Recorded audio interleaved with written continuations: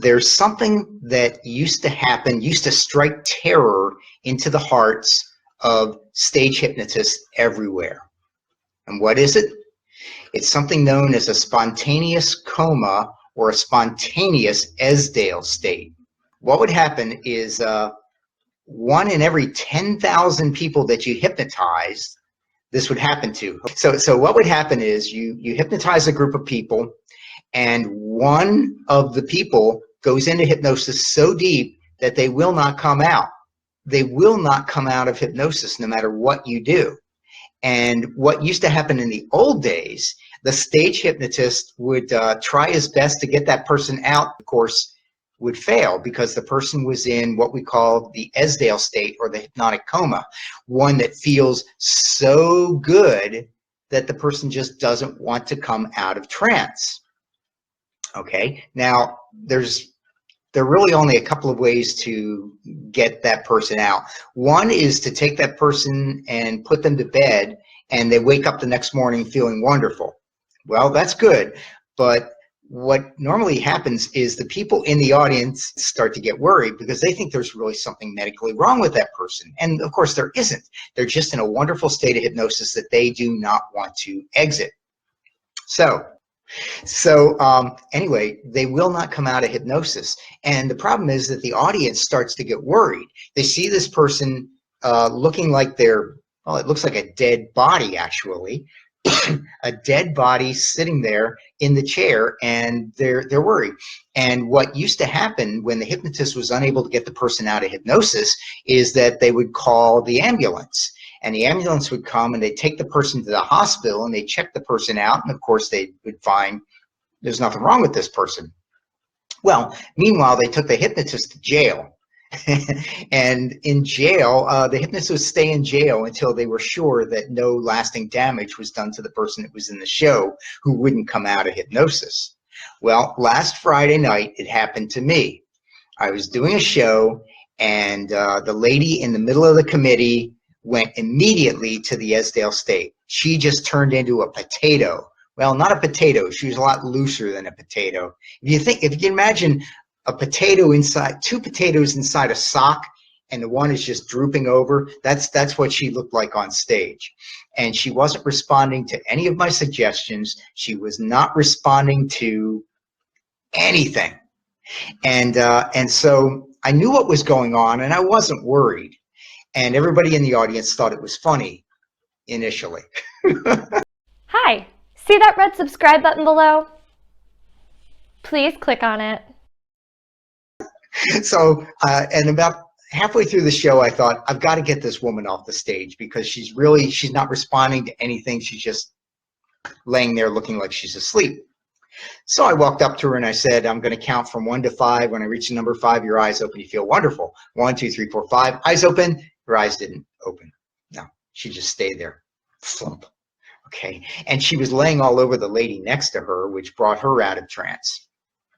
Okay, so I tried one more time, and she was not coming out. So I knew what I had. I knew I had a spontaneous Esdale state. But I figured I'd just leave her there and then bring her out at the end of the show.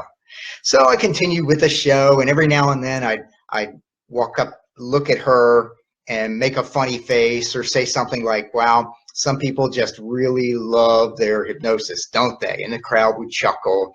Well, okay, so I finished the show and emerged the committee, and they all get up and they leave, and she's still there in the chair.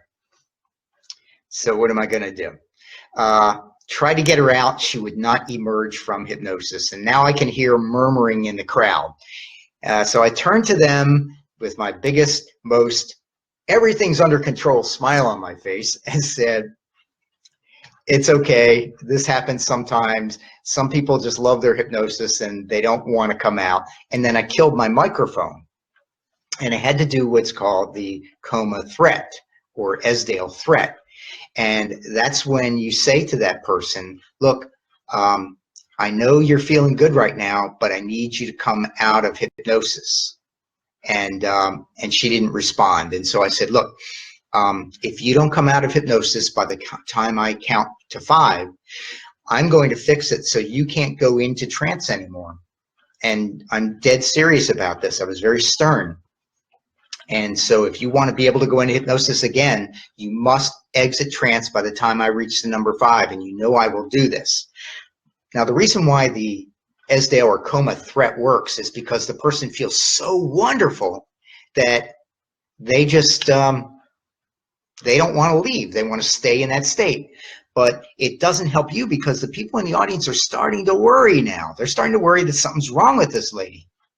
So I start 1, 2, you better hurry, 3, and when I got to 4, she opened her eyes and sat up in the chair and said, good. Okay, now here's what I want you to do. And she dove back in again. So I said, look, you need to come up now. And she opened her eyes, still looking a little woozy, and I stood her up. And I said, come with me. And I walked her off the stage and stood her up against the wall. And she was acting, she acted a little bit like a drunk person, but she hadn't been drinking. She was just groggy from the hypnosis, something we call a hypnotic hangover. So I told her, listen, look at me, eyes open. It's really hard to keep her out of trance. And so I said, look, I need you to stay out of trance. And she said, well, it just feels so good. And I said, all right, look, if you stay out of trance, I'm here tomorrow. I'll teach you self-hypnosis. Is that a deal? And she said, yes. And I said, okay, good. And her friend came and started walking her to the elevator because she was staying there. Well, and I started going to lunch with some friends, or rather dinner. And as I was walking toward the restaurant, another lady ran up to me and said, oh, she's in hypnosis again. She went into hypnosis in the elevator. So I went down to the elevator, and there she was sitting on the little couch there. And I said, this is getting ridiculous now. I'm going to count from 1 to 5. You better come up. 1, 2, 3, 4, 5. Eyes open. And I said, look, are you okay? And she said, yeah, I'm doing fine. And I said, okay, well, it's probably better if you just go to bed now. And then the medical people arrived. So they had to check her out. And the nurse came, and I said, she's fine. I explained what had happened. She's just in a dazed state from the hypnosis, but she's perfectly healthy and she's feeling good. And they said, well, we have to check her out. You know, the facility requires it. Okay, so they took her blood pressure, and her blood pressure was 120/80. Perfect.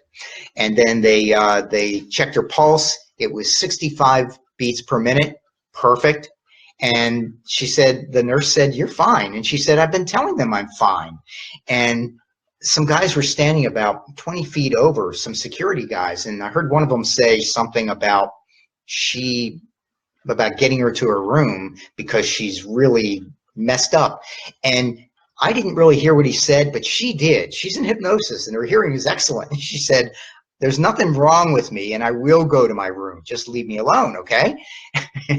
And they went, oh, okay, I guess we'll just stop talking.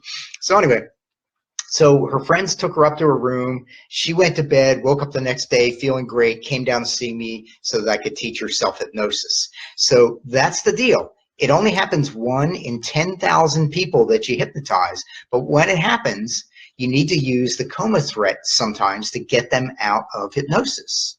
So I did this, and this has happened to me before.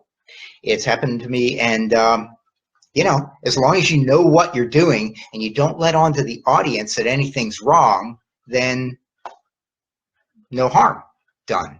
So that was my adventure from last week.